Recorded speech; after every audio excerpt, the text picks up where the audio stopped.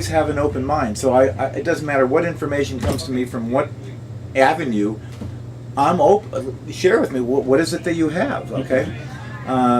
So I looked at this and read a number of books and pamphlets on eating everything raw and thought, well, why would I not try that?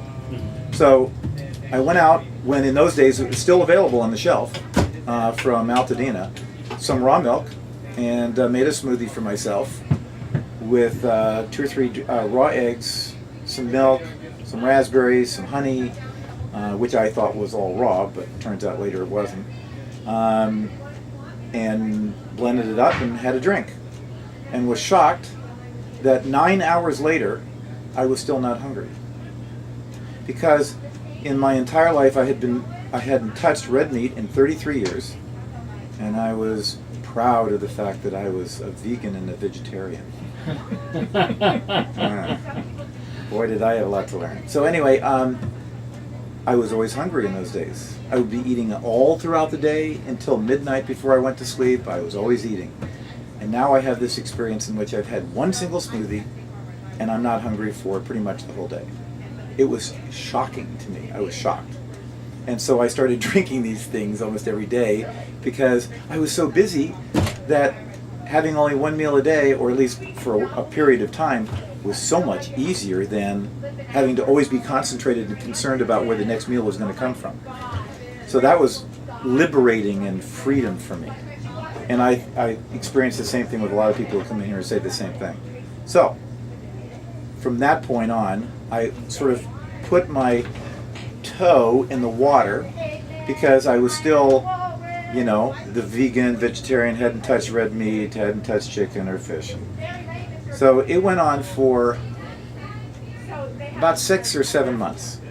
And then I went to visit the person that had actually shared with me the original article in Whole Life Times on raw food. He lived right down the street here on Rose Avenue. And I walked in and he was cutting up this whole meal, preparing this meal for himself, which had raw meat, tomatoes, cheese, all the things that I don't eat.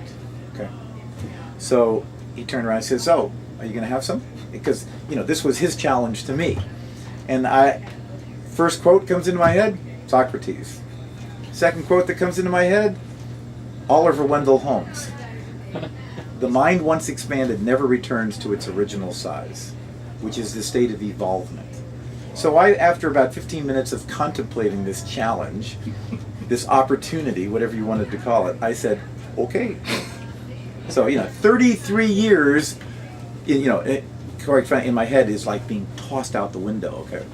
So I sat down to this plate of food that Stewart had prepared for me. And with apprehension, with anxiety, I started to taste things on the plate. Not the meat first, okay? And I finally get to tasting this piece of raw beef, and I was shocked that I liked the taste of it, okay? I was like, oh, that's pretty good. So I ate this fairly large amount of stuff on this plate, and the next, of course, thing that I'm expecting is that I'm expecting to be challenged or, cramping of my stomach or some digestive issue, because for this entire period of time, 30-something plus years, every time I usually was eating, I was always challenged with digestive issues, right? And I had 0 issues. I'm sitting there for 2 hours talking with Stewart, and I felt like I had eaten nothing. And again, this ongoing experience now of the smoothies first, and now this, and I'm thinking, God, I don't know anything. From being a vegetarian, vegan for coming from a state of mind which a lot of people here at Rawesome are also still coming from many of these similar circumstances where they've been led to believe certain things about their diet and about food and everything else. When you actually experiment, actually try it yourself, this is why Rawesome is still expanding, people come back with what I call the look of astonishment on their face. They're astonished. Okay? So was I. I was astonished. I was astonished that raw food wasn't going to harm me, that I was not hungry, that I felt amazingly good, that my skin started to clear up. All these issues that I had for a long period of time were slowly just sort of dissipating and disappearing. And I'm thinking, oh my God, this is a lot more powerful than I ever thought. my ears. Holy shoot.